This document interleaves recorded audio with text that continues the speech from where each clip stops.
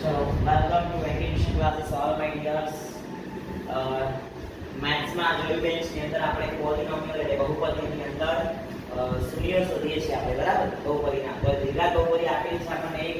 હવે જ્યારે આપણે અંદર એવું વિચારતા હતા કે વચ્ચેના પદમાં બે સંખ્યા વિચારીએ એનો ભાગ પાડીને કે એનો સરવાળો ભાગ એટલે વચ્ચેનું પદ આવે ને ગુણાકારથી છેલ્લું પદ આવવું જોઈએ, બરાબર? આવું વિચારતા હતા આપણે. હવે અમુક દાખલા એવા પણ હશે જો આનો ભાગ પાડીએ આપણે વચ્ચેના કોઈ એથી અહીંયા આવશે, બરાબર? અને બીજા દાખલામાં એવું ન પણ હોઈ શકે. તો એમાં શું કરવું? કોઈ એક દાખલો જોયો આપણે આજે બીજો પણ જોઈએ. ચલો આનો ભાગ પાડીએ આપણે પહેલા. અહીંયા પહેલું પદ એવું ને એવું, બીજું પદ એવું કે ત્રીજું પદ, બરાબર? સુધારવાનું પહેલા 0, પછી વચ્ચેના પદનો ભાગ વિચારીએ. ચલો અહીંયા 2x નો વર્ગ, અહીંયા માઈનસ હવે એવું લેવાડીએ પછી પદ બરાબર 0. હવે અહીંયા 8x છે તો આનો ભાગ વિચારી શકીએ આપણે કે એક તો 2 6 8, બરાબર? આપણે ગુણાકારની સરવાળો જોઈશું એટલે અહીંયા 2 અને 6 કરીએ તો 8 થાય, બરાબર? 2 અને 6 8.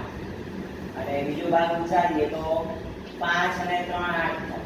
પણ આપણે અહીંયા 6 મળવાના છે તો અહીંયાથી આ લઈશું આપણે, બરાબર? 2 અને 6. તો પહેલા આ બાજુ 2 છે ઓલરેડી એટલે અહીંયા 2 જોઈશું આપણે.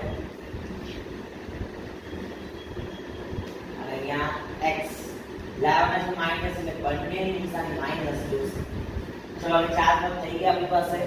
તો બે બે સુધારને બનાવવાની આપણે જોડ્યું. ચલો આ બંનેમાં કોમન કોણ છે? 2 પણ કોમન છે અને x પણ કોમન છે. અહીંયાથી 2 નીકળી ગયા બહાર. x ની 2 ઘાતમાંથી x ની 1 ઘાત ની અંદર હજી x ની 1 ઘાત રહી, બરાબર? હવે માઈનસ ના માઈનસ 2x આખા બહાર છે એટલે અહીંયા લસું ના રહે એટલે શું મૂકવાનું? 1 મૂકવાનું, બરાબર? પછી માઈનસ ના માઈનસ બંનેમાં 6 કોમન છે એટલે ખાલી 6 જ બહાર મૂકવાનું, બરાબર? અહીંયા 6 બહાર કાઢવાથી અંદર શું વધ્યો? x. ચલો અહીંયા માઈનસ છે, અહીંયા પ્લસ લાવવા છે તો અહીંયા પણ શું મૂકવો પડે? માઈનસ. માઈનસ અહીંયા માઈનસ પ્લસ થાય અને 6 છે એ તો બહાર કાઢી લીધા એટલે કશું ના વધે એટલે શું રહ્યું? 1 બરાબર 0. હવે પછીના સ્ટેપમાં આપણે શું કરીએ છીએ? જે 12 છે એને કૌંસ આપી દો અને કૌંસમાં 2 વાર છે ને એક જ વાર લખીશું. હવે પછીનું સ્ટેપ બંનેને 0 વહેંચો.